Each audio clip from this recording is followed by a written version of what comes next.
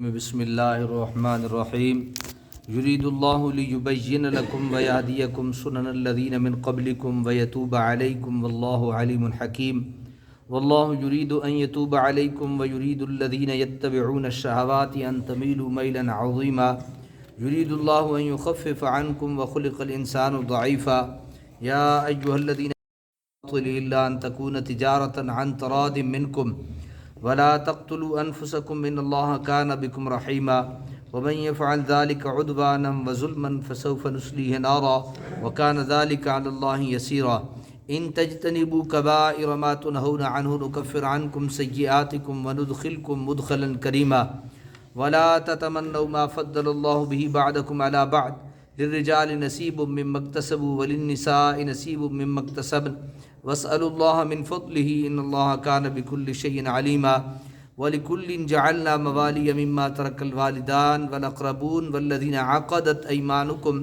فآتوہم نصیبہم ان اللہ کان علی کل شیء شہیدا صدق اللہ العظیم۔ آیت نمبر 26 سے لے کر آیت نمبر 33 تک انشاءاللہ آج ہم سماعت کریں گے۔ یرید اللہ لیبین لکم ویہدیکم سنن الذین من قبلکم ویتوب علیکم، چاہتا ہے اللہ تعالیٰ کہ کھول کر بیان کر دے اپنے احکام تمہارے لیے اور چلائے تم کو ان کامیاب لوگوں کی راہوں پر جو تم سے پہلے گزرے ہیں، وَيَتُوبَ عَلَيْكُمْ اور اپنی رحمت سے توجہ فرمائے، واللہ علیم حکیم، اللہ تعالیٰ سب کچھ جاننے والا بڑا دانا ہے۔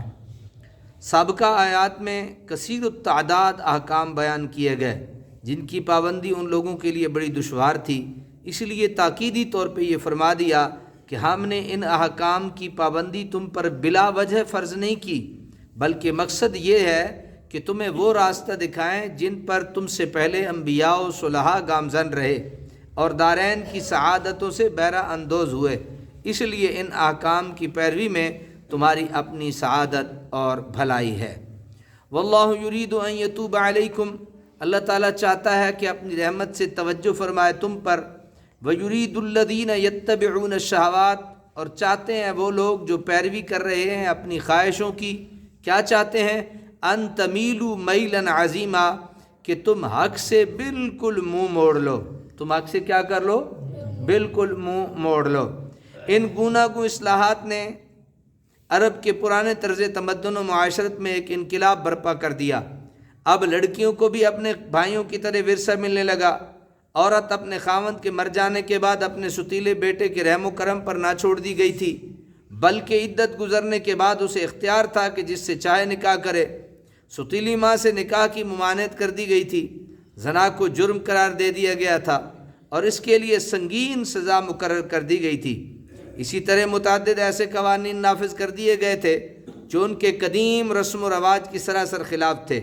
ایک طبقہ اپنی درینہ جہالت سے اندھی عقیدت کے باعث ان اصلاحات پر آتش زیر پا ہو گیا اور وہ لوگوں کو اسلام سے متنفر کرنے کے لیے ان قوانین کا سہارا لینے لگا۔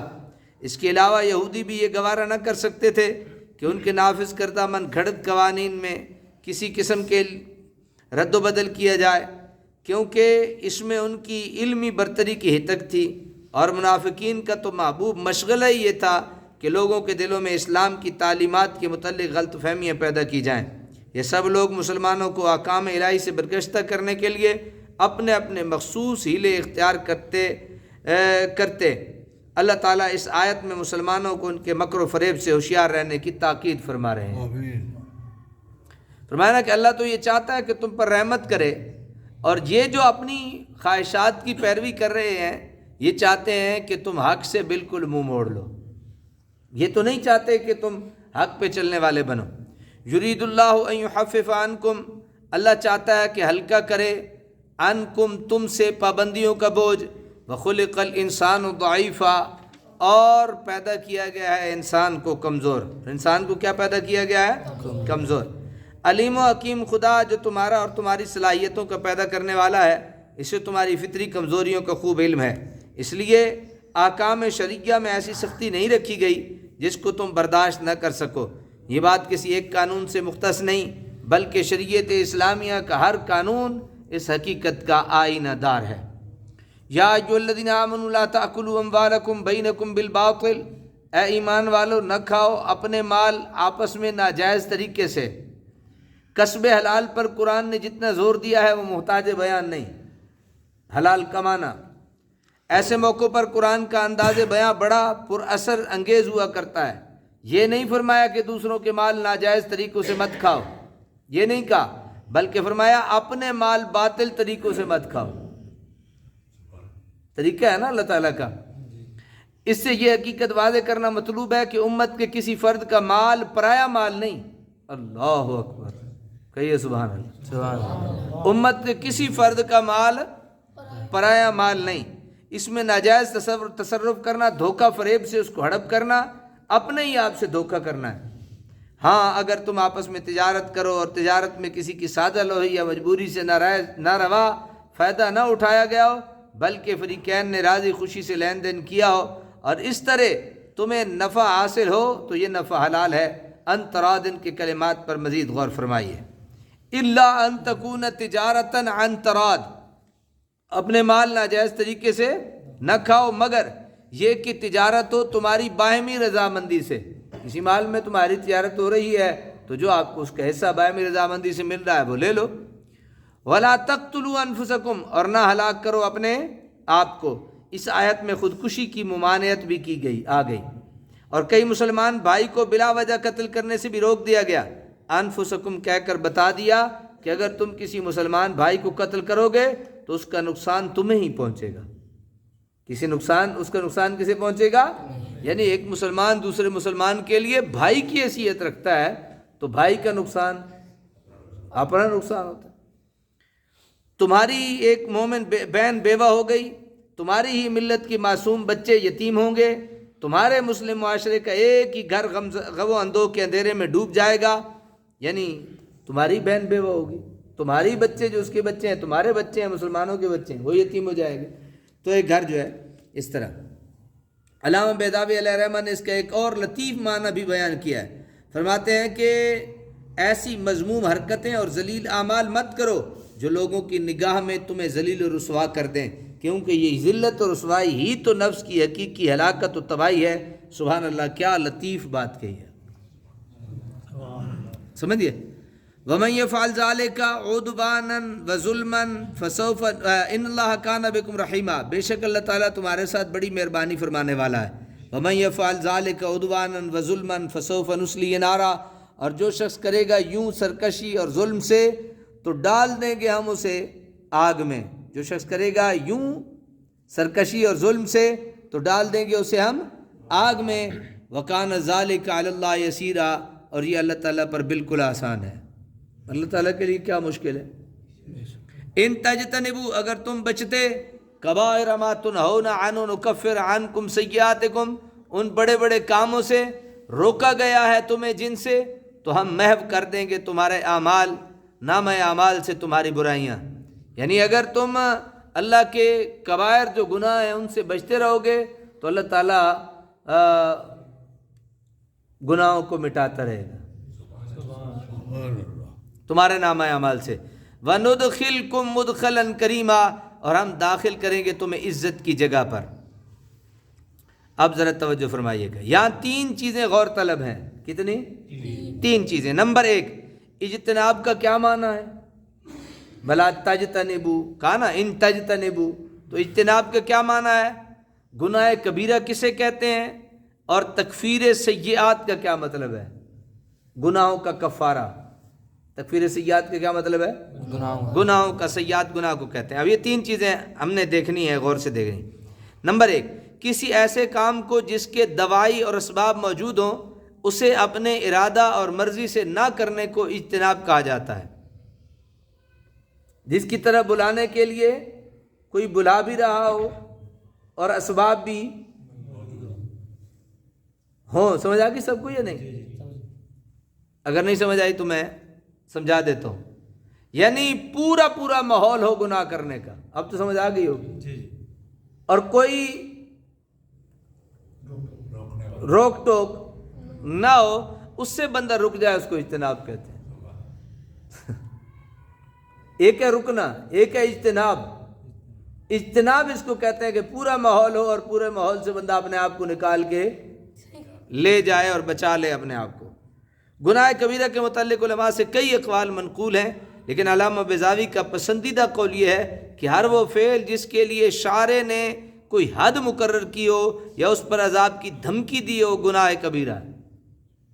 یعنی وہ سارے گناہ کبیرہ ہیں جن پہ عذاب ہے یا جن پہ کوئی حد قائم کر دی گئی ہے، اس کو کیا کہتے ہیں؟ گناہ کبیرہ۔ والاقرب ان الکبیرۃ کل ذنب رتب الشارع علیہ حدا او صرح بالوعید فیہ۔ حضور کریم صلی اللہ علیہ وسلم نے مدرجہ ذیل گناہوں کو کبیرہ شمار کیا ہے۔ نمبر 1 اللہ کے ساتھ کسی کو شریک ٹھہرانا، نمبر 2 قتل بے گناہ، نمبر 3 پاکیزہ عورت پر بہتان، نمبر 4 یتیم کا مال کھانا، نمبر 5 زنا، نمبر 6 میدان جنگ سے فرار، نمبر 7 والدین کی نافرمانی۔ اس شمار سے مقصود حصر نہیں، احادیث میں ان کے علاوہ کئی اور امور کو بھی کبیرہ گناہ، یعنی یہ صرف کبیرہ گناہ نہیں ہے، احادیث میں اور بھی بہت سارے کبیرہ گناہ شمار کیے گئے ہیں۔ نمبر 3 جو جیم ہے تکفیر سیئات۔ اب رہا تکفیر سیئات کا مسئلہ، اس کے متعلق علماء مفسرین نے تو یہی فرمایا ہے کہ نکفرو کا معنی نمحو مٹا دینا، نمحو مٹا دینا، اور نغفر یا بخش دینا ہے۔ لیکن حجت الاسلام امام غزالی علیہ رحمہ فرماتے ہیں کہ جب انسان گناہ کا ارتکاب کرتا ہے تو اس سے اس کی پاکیزہ اور معصوم فطرت متاثر ہوتی ہے۔ جملے حضور سیدی ضیاء الامت کہاں سے ڈھونڈ کے لاتے رہے۔ آپ نے فرمایا کہ پھر سنیے مزہ آئے گا کہ جب انسان گناہ کا ارتکاب کرتا ہے تو اس سے اس کی پاکیزہ اور معصوم فطرت معصوم ہے، معصوم فطرت متاثر ہوتی ہے، اور ایستا ایستا گناہوں سے اس کی نفرت ان سے انس میں تبدیل ہو جاتی ہے۔ کرتے رہے، پہلے نفرت تھی، پھر کرتے رہے، انس پیدا ہو گیا۔